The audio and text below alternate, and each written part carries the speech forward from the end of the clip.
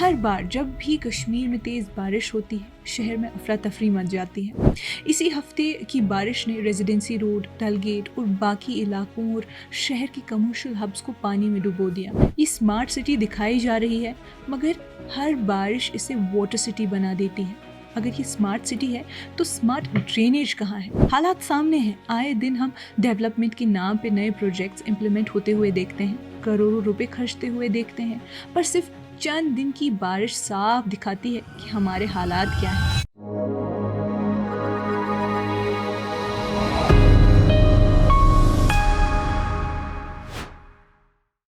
ये कश्मीर रिपोर्ट है। आप सब नाजरीन का खुशामदीद। मैं हूँ आपकी मेज़बान उमाइमा रिशी। नाजरीन, कश्मीर जहाँ खूबसूरती और तबाही साथ साथ चलती है, वहाँ हर बारिश एक नया इम्तिहान लेकर आती है। चंद दिनों की बारिश की वजह से भी ज़िंदगी रुक जाती है और सवाल उठते हैं कि क्या होगा इस शहर का? ड्रेनेज कहाँ है? स्मार्ट सिटी है तो वाटर लॉगिंग क्यों है? हर बार जब भी कश्मीर में तेज़ बारिश होती है, शहर में अफरा तफरी मच जाती है। कुछ ही सेंटीमीटर बारिश सड़कों को नदियों में बदल देती है और ज़िंदगी आउट ऑफ गियर हो जाती है। शहरी कह रहे हैं कि मेन ड्रेनेज सिस्टम सिल्ट, कीचड़ और कुछ लोगों की इंक्रोचमेंट की वजह से बिल्कुल ख़राब हो गया है। चोक ड्रेन्स की वजह से हर बारिश में सड़कें डूब जाती हैं, गाड़ियां फंस जाती हैं और पेडेस्ट्रियंस मजबूर हो जाते हैं। बशारत अहमद, एक श्रीनगर के रिहायशी, कहते हैं कि ज़रा सी बारिश से मेन रोड डूब जाता है। हमने पब्लिक वर्क्स और रूरल डेवलपमेंट डिपार्टमेंट्स को बार बार अपील किया, मगर दोनों डिपार्टमेंट्स जिम्मेदारी एक दूसरे के ऊपर डाल देते हैं। रेजिडेंट्स कहते हैं कि स्टैगनेंट पानी से न सिर्फ सफ़र मुश्किल होता है, बल्कि गंदा पानी और मॉस्किटो ब्रीडिंग का खतरा भी बढ़ता है। उन्होंने डिमांड किया है कि ड्रेन्स को तुरंत साफ़ किया जाए, एमजी नरेगा या कॉन्स्टिट्यूएंसी फंड्स के जरिए, और इलीगल इंक्रोचमेंट्स और सीवेज डिस्चार्ज पर रोक लगाई जाए। इसी हफ्ते की बारिश ने रेजिडेंसी रोड, डल गेट और बाकी इलाकों और शहर के कमर्शियल हब्स को पानी में डुबो दिया। कम्यूटर्स और दुकानदारों को भी बड़ी परेशानी हुई। लोकल्स नाराज़गी जाहिर करते हुए कह रहे हैं कि ये स्मार्ट सिटी दिखाई जा रही है, मगर हर बारिश इसे वाटर सिटी बना देती है। अगर ये स्मार्ट सिटी है तो स्मार्ट ड्रेनेज कहाँ है? बारिश ने श्रीनगर के कई इलाकों जैसे टीआरसी चौक, डल गेट, नदीपोरा, शानापोरा और साउथ कश्मीर साइड के कई इलाकों में जैसे वाटर लॉगिंग और ट्रैफिक जैम्स पैदा किए हैं, जहां गाड़ियों को डूबे हुए रास्ते क्रॉस करने पड़ते हैं। कश्मीर के कई इलाकों में बारिश के सिलसिले जारी हैं। लोगों को हिदायत दी गई है कि बिजली के पोल्स, पुराने दरख्तों और लूज स्ट्रक्चर से दूर रहें और डल लेक समेत किसी भी पानी के जिस्म में शिकारा या बोटिंग से परहेज करें। ऑफिशियल्स के मुताबिक साउथ कश्मीर के कुछ इलाकों में तेज़ बारिश हुई, जिससे अनंतनाग के पहलगाम में अकड़ स्ट्रीम का पानी अचानक बढ़ गया और फ्लैश फ्लड्स जैसी सूरत हाल पैदा हो गई। किसी जान का नुकसान नहीं हुआ और फिलहाल जहलम और दूसरे पानी के जिस्म डेंजर मार्क से काफ़ी नीचे बह रहे हैं। मीटीरियोलॉजिकल सेंटर श्रीनगर के फॉर्मर डायरेक्टर सोनम लोटस ने भी बताया कि बारिश की शिद्दत दोपहर के बाद धीरे धीरे कम होने लगेगी और कल से मौसम ठीक होने की उम्मीद है। अथॉरिटीज़ ने जहलम, तवी और लोकल रिवर्स और नहरों में पानी की सतह में बढ़ाव रिपोर्ट किया है, जिससे निचले इलाकों में फ्लड और वाटर लॉगिंग की मुश्किल बढ़ जाएगी। लाल चौक के ताजिरों का कहना है कि उनका कारोबार सितंबर 2014 के फ्लड्स के बाद कमज़ोर हो गया था। ऊपर से बड़े मॉल्स और पार्किंग की कमी ने भी नुकसान पहुँचाया था।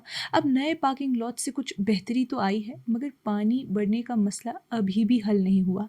ताजिर कहते हैं कि हर बारिश में सड़कें डूब जाती हैं और कारोबार रुक जाता है। अथॉरिटीज़ का कहना है कि लो लाइंग एरियाज़ में ड्रेनेज सिस्टम न होने की वजह से पानी बढ़ना नेचुरल है, मगर हुकूमत की जिम्मेदारी है कि रास्ते निकाले और लोगों की मदद करे।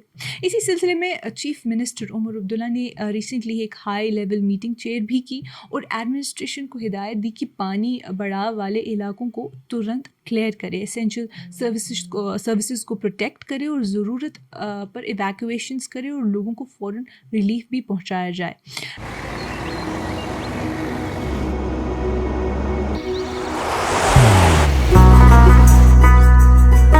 मोहब्बत वही जो दिल से हो,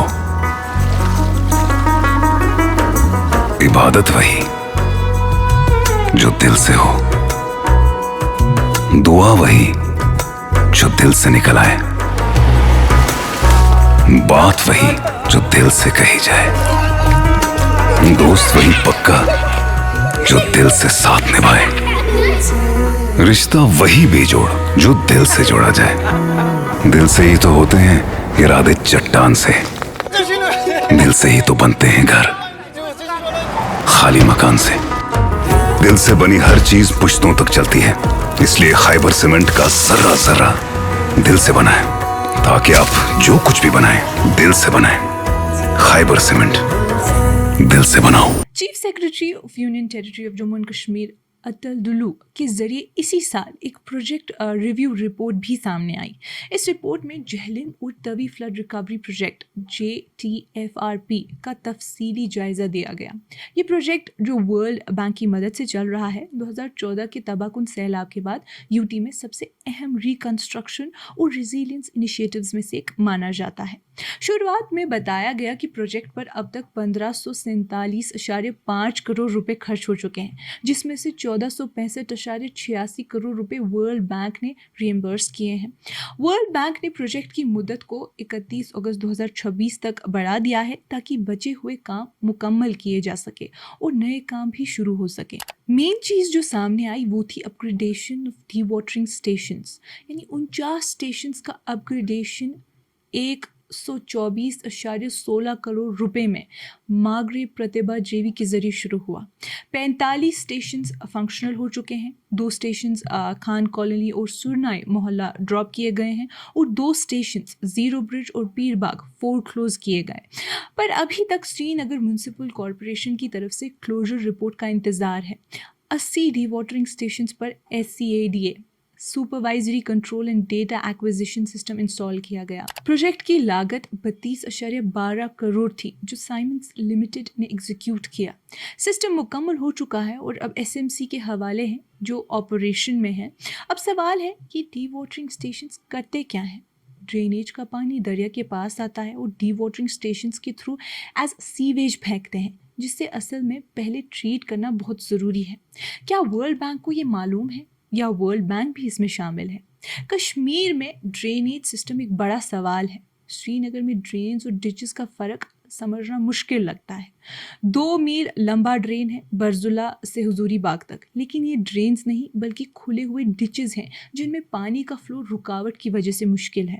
इन डिचेस में कुछ सेक्शंस तो भर दिए गए हैं ताकि कार एक्सेस हो सके एडजेसेंट प्रॉपर्टीज़ तक।